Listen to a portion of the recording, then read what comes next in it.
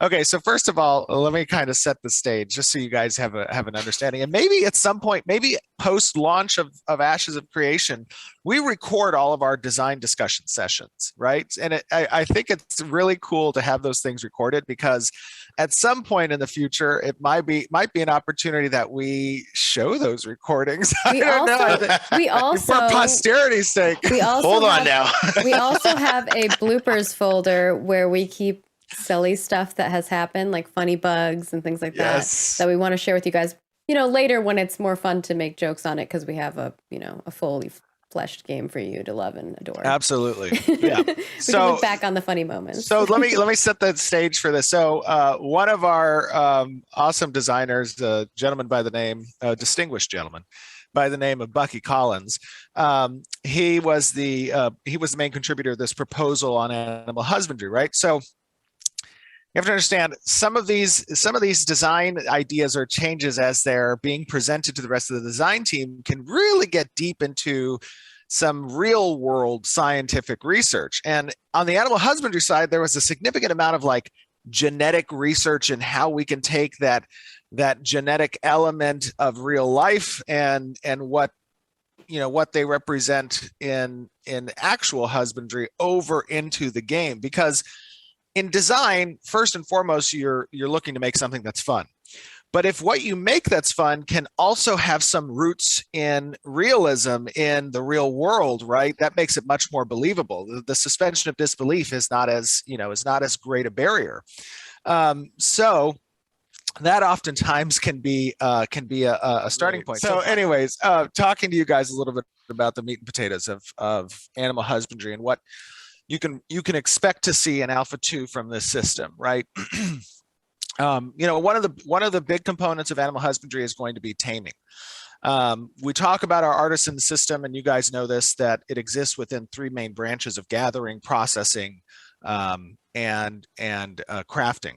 Now, of course, let me caveat this. Anything I say here is subject to change. But with that being said, taming is one of the gathering professions that players will be able to use to both locate, capture, and also tame wild creatures in Verra. Tame creatures can then be trained and bred, refined with the animal husbandry profession, right?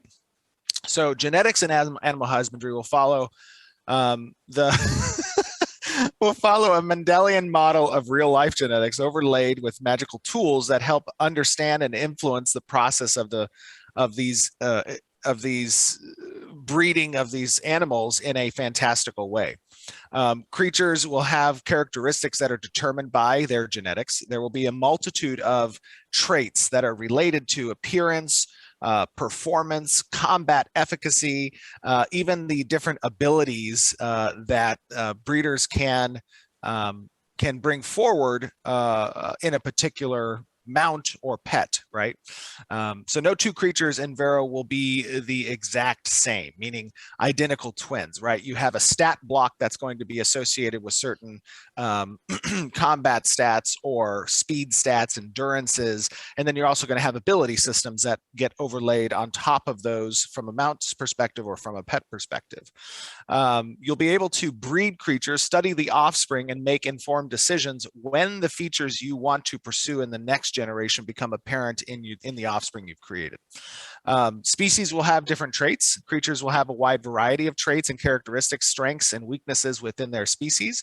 The best version of a species will need to be blended from creatures from many places across Verra, right? So it's not going. There is going to be an element of geographic location being relevant for the creation of certain types of breeds. That's important, and players will have to discover that. For example, the best horse would need speed from desert horses, right? The coat and the health from tundra steeds, and the size and strength of ones that might be in the riverlands. These types of things go towards creating the necessary offspring that can then create the type of mount you're looking for. And powerful traits will be hidden in rare spawns through rare mutations as well. Mastery in animal husbandry will involve unlocking greater crossbreeding potential between species to create more fantastical creatures. And there's even the potential for entirely new species to be unlocked by master breeders who are pushing the limits. Lastly, once these creatures are actually born, there is an element of raising the creature.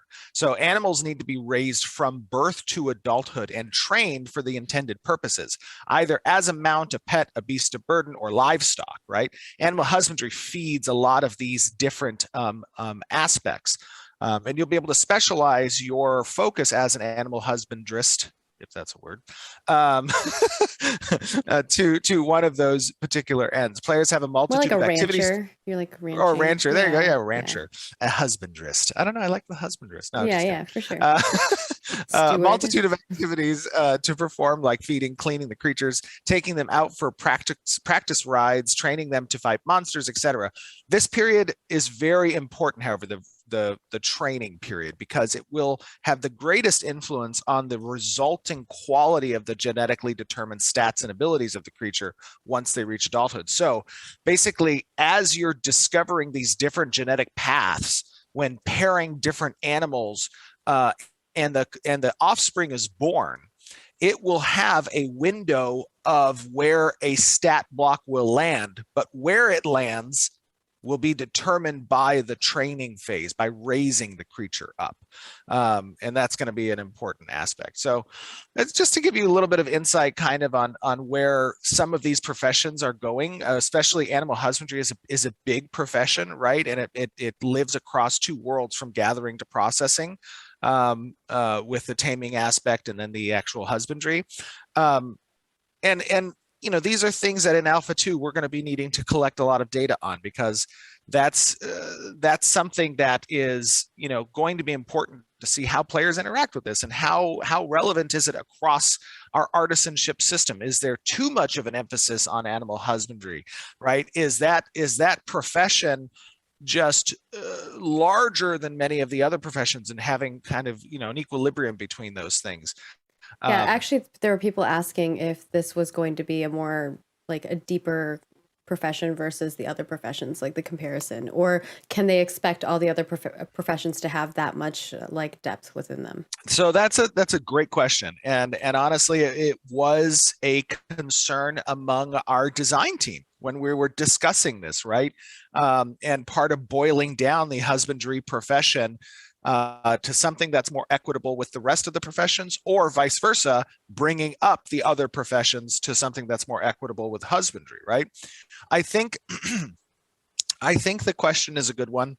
I think we're going to find that out. I think by offering specialization in one of four directions: mounts, pets, livestock, and I can't remember the fourth.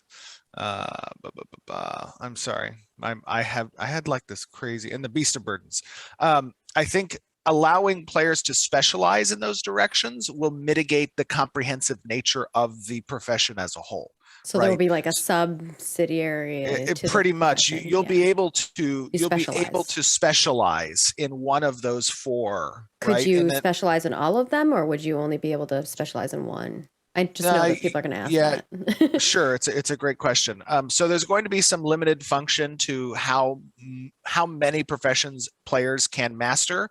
And within the animal husbandry system, that might also be true, right? Where when you choose one of those specializations, you may have some base access at a low level across all four. And then as you progress further in one of those, similarly to how we've architected the artisan system as a whole, you will only be able to specialize in one. Okay. But it is a fair concern, and it is something that Alpha 2 is intended to test. But there are aquatic creatures, both from a pet and mount perspective, that you'll be able to breed as well. So, well, anytime I would imagine we're discussing genetics, there's going to be an element of RNG, right? This is just scratching the surface of what was discussed as part of the system itself. But there are elements of recessive and dominant genes, and the discovery of certain types of characteristics that mounts you breed will have based on that RNG element. You can increase the chances there based on proficiency. You can also increase the chances based on method, based on resources. So, you know, it's not something that is a pie in the sky RNG number, but rather something that you can hone over time. I'm not sure that there are going to be recipes per se. Instead, what we're thinking about with the husbandry system is going to be a user interface panel that gives kind of a record of your successes and failures with certain types of breeding attempts, right? And then from there, if you choose to share that information with other individuals, you can, of course, but it's not something that's going to be streamlined through an interface that we would use for the player. It'd be on their own.